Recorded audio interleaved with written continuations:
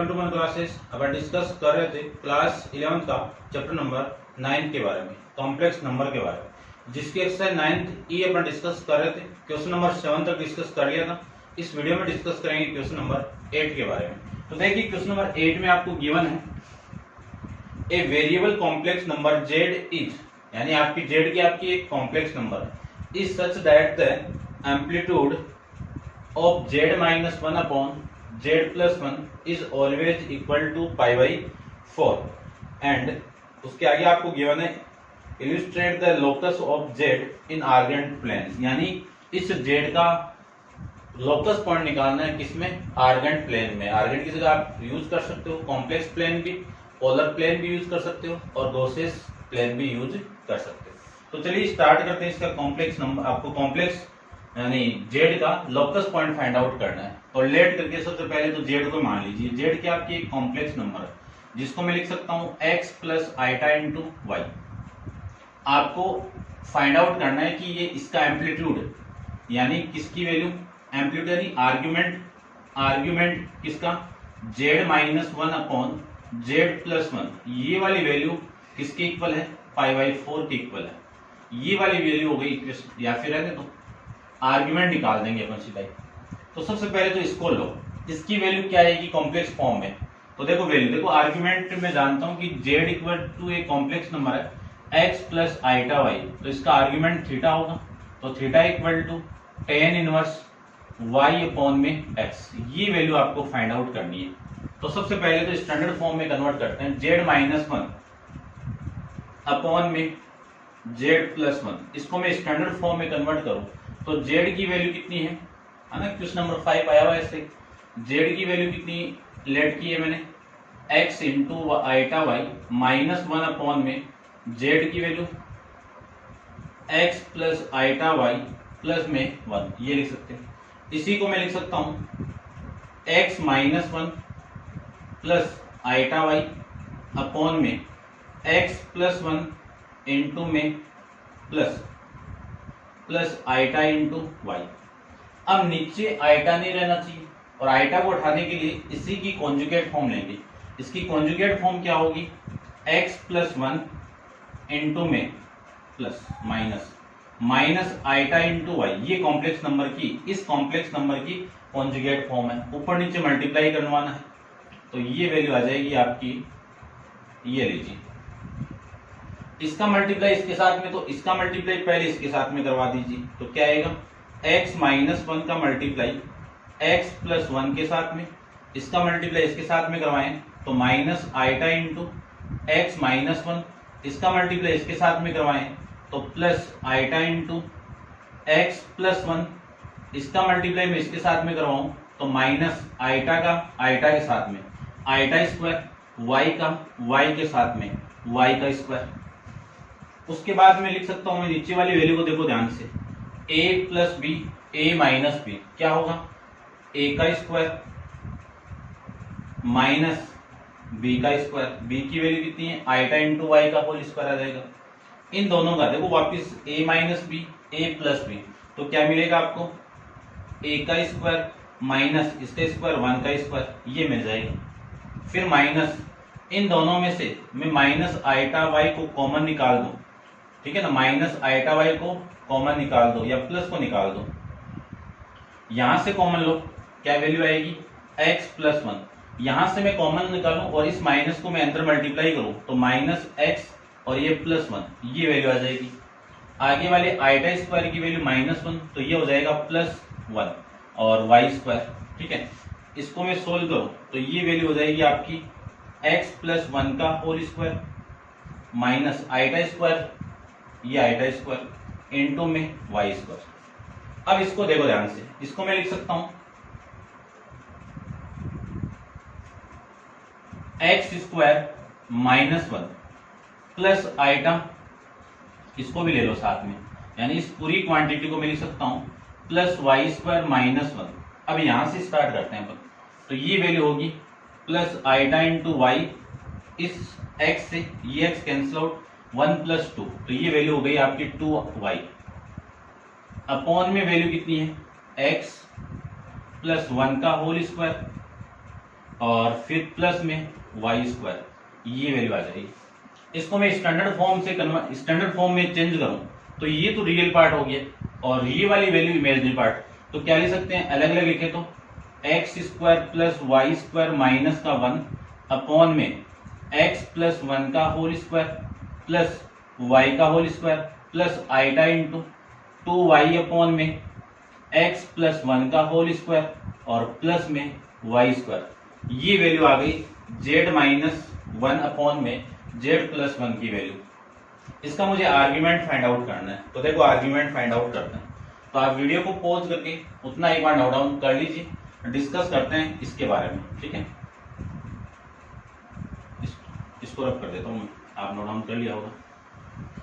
देखो इस पूरे की वैल्यू वो आ गई, यानी कितनी वैल्यू आ गई आपकी इसकी, x square plus y square minus 1 upon में एक्स प्लस 1 का होल स्क्वायर प्लस वाई का whole square plus iota into 2y upon में x प्लस 1 का होल स्क्वायर और प्लस का ये।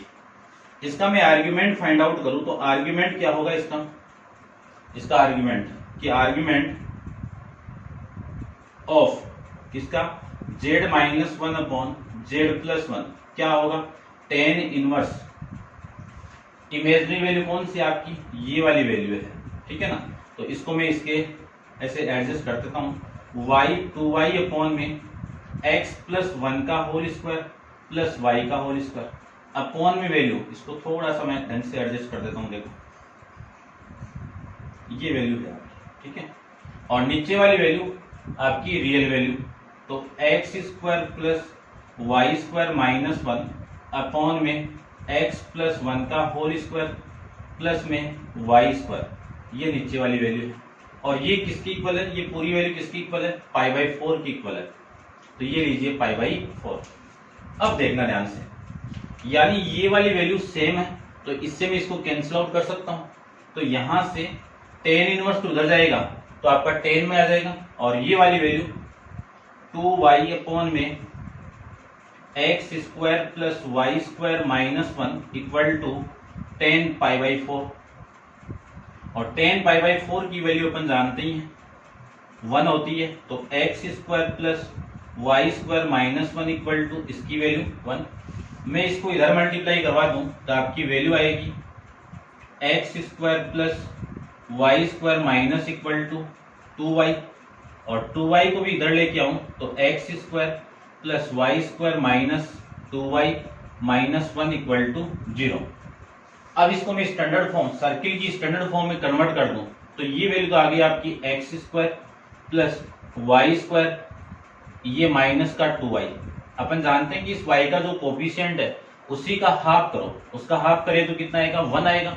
और 1 को एक बार ऐड कर दो और एक बार क्या कर दो, माइनस कर दो, फिर माइनस 1 इक्वल टू 0, ये लीजिए। अब देखो इसको तो मैं क्या लिख सकता हूँ, x माइनस 0 का होल स्क्वायर और इतनी क्वांटिटी को आप क्या लिख सकते हो, y माइनस 1 का होल स्क्वायर और ये 1 माइनस 1 कितना, माइनस का 2 और उधर जाएगा तो कितना आ जाएगा आपका, 2 आ जाएगा, ठीक है। अब मैं इसका कंपेयर कराऊं सर्किल की जनरल इक्वेशन के साथ में, तो पहले आप इतना एक बार नोट डाउन कर लीजिए और इसकी स्टैंडर्ड इक्वेशन से मैं कंपेयर करवा दूं तो तब देखो क्या वैल्यू आएगी, ठीक है भाई। इसको मैं रब कर देता हूं, ये काम का नहीं है।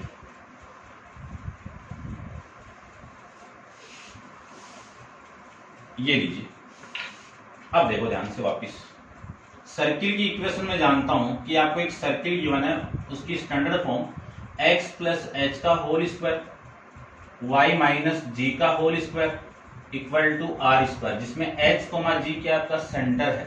तो मैं इसका कंपेयर इसके साथ में करवाऊं तो सेंटर आपकी वैल्यू है, कौन सी वैल्यू, h कोमा जी है, इसकी वैल्यू क्या आएगी, देखो h की वैल्यू यहाँ से 0 और g की वैल्यू आपकी 1। रेडियस की बात करूं तो रेडियस r की वैल्यू कितनी आएगी, यहाँ पे आर स्क्वायर है, यहाँ पे आर स्क्वायर की वैल्यू कितनी है, 2, उसका स्क्वायर रूट कर दो तो रूट 2 यूनिट आ जाएगा। ये आपका क्या आ जाएगा, सर्किल की रेडियस आ जाएगी। अब इसको लोकस पॉइंट फाइंड आउट करना है तो ये आपका ग्राफ, इस ग्राफ के अंदर ये पॉइंट कहाँ पे है, x की वैल्यू 0 है और इसकी वैल्यू 1, यानी ये पॉइंट यहाँ पे है, ये लीजिए 0,1, ये आपका सर्किल का सेंटर। इसको सेंटर लेके रेडियस 2 का आपको ग्राफ बनाना है, ठीक है ना। तो 1.41 के लमसम होती है वैल्यू।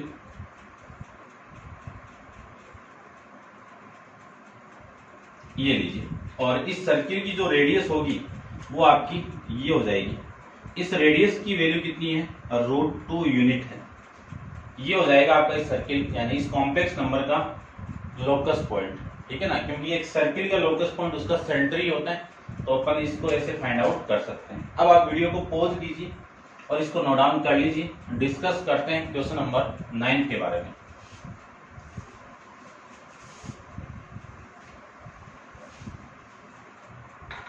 क्वेश्चन नंबर 9 को देखिए।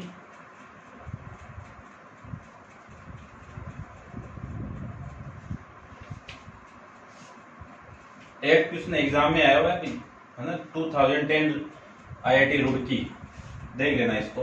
क्वेश्चन नंबर 9 की बात करूं तो अगले ने बोला है कि find the radius and centre of circle, कि सर्किल की रेडियस फाइंड आउट और सेंटर फाइंड आउट करना है।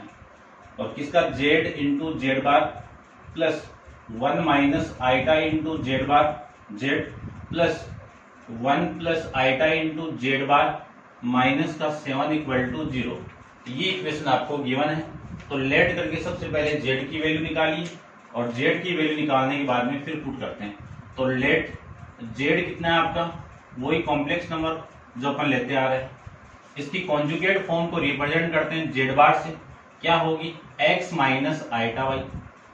इन दोनों वैल्यू को मैं यहाँ पे पुट कर दूं तो आपकी वैल्यू देखो कितनी आएगी, x plus iota into y into z bar की value x minus iota y plus 1 minus iota z की value x plus iota y plus फिर वैल्यू आपकी 1 प्लस आइटा जेड बार की वैल्यू है x minus iota y minus 7 equal to 0। ये value है। अब इसको सोल्व करते हैं। इसको मैं सोल्व करूंगा तो a minus b a plus b a minus b क्या होगा, a square minus b square. तो इसका मैं स्क्वायर कर दूं तो x का स्क्वायर होगा, माइनस आइटा इंटू वाई का स्क्वायर करो तो आइटा स्क्वायर की वैल्यू कितनी -1 और माइनस माइनस के प्लस होके वाई स्क्वायर वैल्यू आ जाएगी। उसके बाद में ये प्लस है, इसको मैं इसके साथ मल्टीप्लाई कर दूं तो x प्लस आइटा वाई और इस आइटा को मैं इसके साथ मल्टीप्लाई कर दूं तो आइटा इंटू एक्स और इसका मल्टीप्लाई इसके साथ में, तो ये वैल्यू आ जाएगी minus iota square into y. Same इसको मैं मल्टीप्लाई करूं तो x minus iota y plus iota को मल्टीप्लाई करें तो आइटा इंटू एक्स फिर minus iota square into y और माइनस 7 इक्वल टू 0। ये वैल्यू आ गई। इसी को आगे लिखूं तो x square plus y square तो सेम, और वैल्यू जो कट रही है वो देखो ये x और ये x मिलके कितना 2x, और ये वाली वैल्यू इस वैल्यू से कैंसिल आउट, ये वाली वैल्यू इस वैल्यू से कैंसिल आउट। आइटा स्क्वायर की वैल्यू कितनी -1 तो ये प्लस का y हो जाएगा। आइटा स्क्वायर की वैल्यू कितनी -1 तो माइनस माइनस के प्लस, तो यहां से वैल्यू आएगी प्लस y और प्लस y कितना प्लस का ये 2x है प्लस का 2y और फिर वैल्यू भी रिमेनिंग रहेगी 7 इक्वल टू 0। अब आपको इसी फॉर्म में बनाना है इसको। तो कैसे बनाएंगे, पहले देखो थोड़ा सा कि x square plus 2x plus y square plus 2y minus 7 equal to 0, ये लिख सकते हैं। पहले इसको बनाओ तो अपन x के कोफिशिएंट का हाफ लेके एक बार ऐड कर दो एक बार माइनस कर दो, तो एक्स स्क्वायर प्लस 2x, इस 2 का हाफ कितना 1 का स्क्वायर एक बार ऐड करो ये लीजिए, फिर एक बार माइनस कर दो ये लीजिए, ठीक है। और इस वाली वैल्यू को उधर लिखो तो उधर लिख दो की बात है। और ये वैल्यू होगी वाई स्क्वायर 2y, फिर यहां से वैल्यू आएगी प्लस 1 का स्क्वायर ऐड कर दो 1 का स्क्वायर माइनस कर दो माइनस 7 इक्वल टू 0। अब ये वाली क्वांटिटी देखो कितना मिली आपको, ये मिल जाएगी x प्लस 1 का होल स्क्वायर प्लस, और ये वाली क्वांटिटी कितनी मिल जाएगी y प्लस 1 का होल स्क्वायर। 1 का स्क्वायर कितना 1, इस 1 का स्क्वायर कितना 1 -1 -1 -7 कितना माइनस का 9 इक्वल टू 0। इसी को मैं लिख सकता हूं x प्लस 1 का whole square plus y plus 1 का होल स्क्वायर इक्वल टू, ये इधर आएगा तो 9 प्लस, और 9 को लिख सकता हूं मैं 3 का होल स्क्वायर। इसका मैं कंपेयर करवा दूं x माइनस h का whole square plus y minus g का whole square equal to r square के साथ में, तो आपका जो सेंटर पॉइंट है इसकी वैल्यू h कोमा g की वैल्यू कितनी मिल जाएगी, -1 कोमा -1। फिर रेडियस की वैल्यू r की वैल्यू कितनी मिल जाएगी, 3 यूनिट मिल जाएगी। ये आपका इस क्वेश्चन का आंसर हो गया। ठीक है, ऐसे अपन इस क्वेश्चन को भी फाइंड आउट कर सकते हैं। अब आप वीडियो को पॉज कीजिए और इसको नोट डाउन कर लो। एक्सरसाइज का लास्ट क्वेश्चन डिस्कस करते हैं, क्वेश्चन नंबर 10 के बारे में। तो देखिए 10 नोट डाउन कर लेना, इसको आप पॉज करें।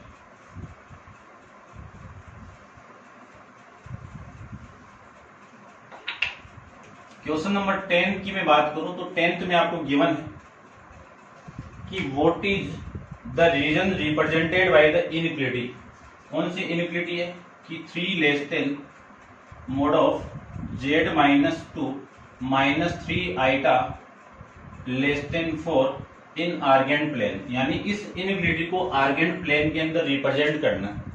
तो करते हैं, देखो ध्यान से देखना, ये भी अच्छा क्वेश्चन है, इसको भी आप ध्यान से देखना। लेट करके सबसे पहले तो z मान लीजिए, लेट z इक्वल टू कितना, x plus iota y put कर दीजिए इसमें, तो आपकी वैल्यू आएगी 3 लेस देन मोड ऑफ की वैल्यू x प्लस z की value x plus iota y minus 2 minus 3 iota का मॉडुलस लेस देन 4। इसी को मैं रियल पार्ट को एक तरफ कर लूं और इमेजिनरी पार्ट को एक तरफ कर लूं, तो x माइनस 2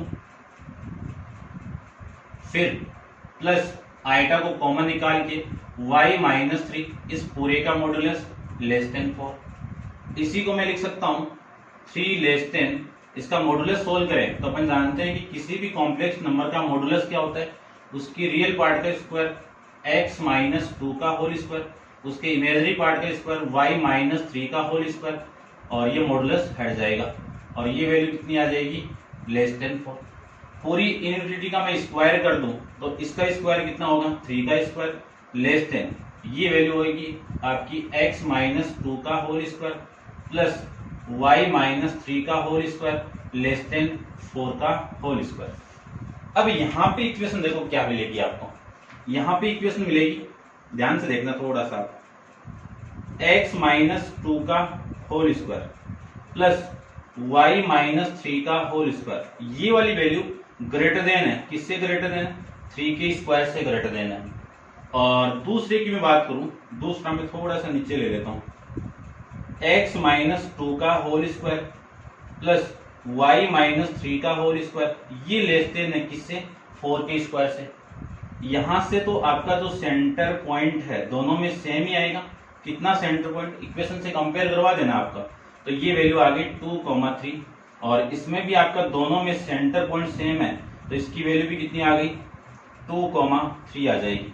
लेकिन इसमें जो रेडियस की वैल्यू है वो 3 यूनिट आएगी, और इसमें जो रेडियस की वैल्यू आपकी, रेडियस r की वैल्यू है वो कितनी आएगी, 4 यूनिट आएगी। ठीक है, अब देखो इन दोनों रेडियस को मैं ग्राफ में रिप्रेजेंट कर देता हूं। तो ये आपकी y एक्सिस लाइन है और ये, चलो ये x एक्सिस लाइन है। मैं जो सेंटर पॉइंट है उसको मैं यहाँ पे ले लेता हूँ 2,3 के बीच में, ये ले लेता हूँ, ठीक है ना, ये आपका सेंटर पॉइंट है। ठीक है, इस पॉइंट के कोऑर्डिनेट कितने हैं, 2,3 है, ये ना 2,3। अब इसको सेंटर मान के रेडियस 3 का आप सर्किल ड्रॉ करो, तो रेडियस 3 का सर्किल में ड्रॉ कर दूं तो ये वैल्यू आ जाएगी आपकी, ठीक है ना, समझना इसको थोड़ा सा आप, ये लीजिए, इसकी रेडियस कितनी हो गई आपकी, 3 हो गई, ठीक है ना, ये रेडियस कितनी हो गई, 3 हो जाएगी। ठीक है, ये समझ गए होंगे आप। फिर मैं उसकी बात करूं, इसका बात करें, इसका सॉल्यूशन किधर होगा, देखो इस पूरे की वैल्यू क्या है, ग्रेटर देन इससे ज्यादा, तो इसका मतलब रेडियस से बाहर वैल्यू आएगी, तो इसका जो सॉल्यूशन होगा वो बाद में बात करता हूँ। मैं पहले एक और सर्किल बना लेता हूँ 4 रेडियस का, तो ये 1 यूनिट और ले लेता हूँ मैं।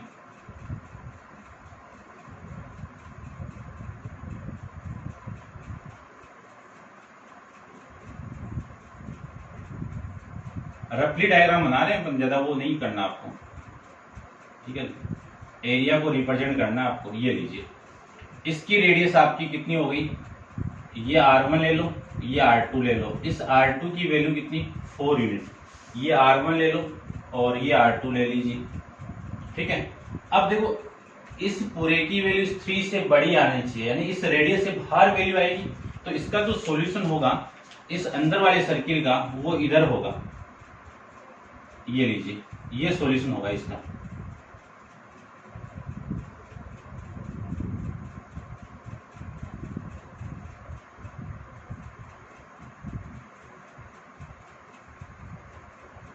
ठीक है। और फिर मैं बात करूं कि इस पूरे की वैल्यू इस 4 से कम आनी चाहिए, इस रेडियस से। तो 4 से कम इसने बाउंडेड कर दिया, तो एरिया किधर होगा, ऊपर की तरफ होगा। तो इसका एरिया ऐसे हो जाएगा, अंदर की तरफ।